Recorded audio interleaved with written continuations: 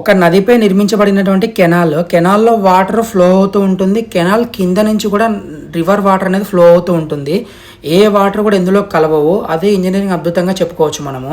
ఈ ప్రాజెక్టు పేరు వచ్చేసి మనకి మూసీ ఆక్వాడక్ అనమాట. మనం చూస్తుంది మొత్తం మూసీ రివర్ అనమాట, మూసీ నది. అంటే మనం చాలా హైట్లో ఉండబట్టి మనకు ఆ ప్రవాహం అనేది ఎంత వేగంగా వెళ్తుందో అర్థం కావట్లేదు, కానీ మనం కిందికి దిగితే కనుక చూడలేము, అంత ప్రవాహం అనేది అంత అధికంగా ఉందన్నమాట.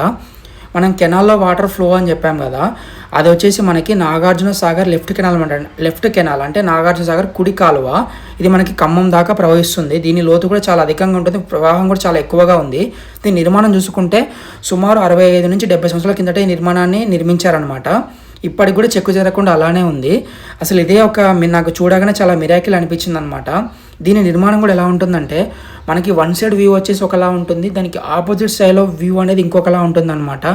అప్పటిలోనే ఇంత టెక్నాలజీ ఉందా అని చెప్పేసి నేను చాలా ఆశ్చర్యపోయాను అనమాట.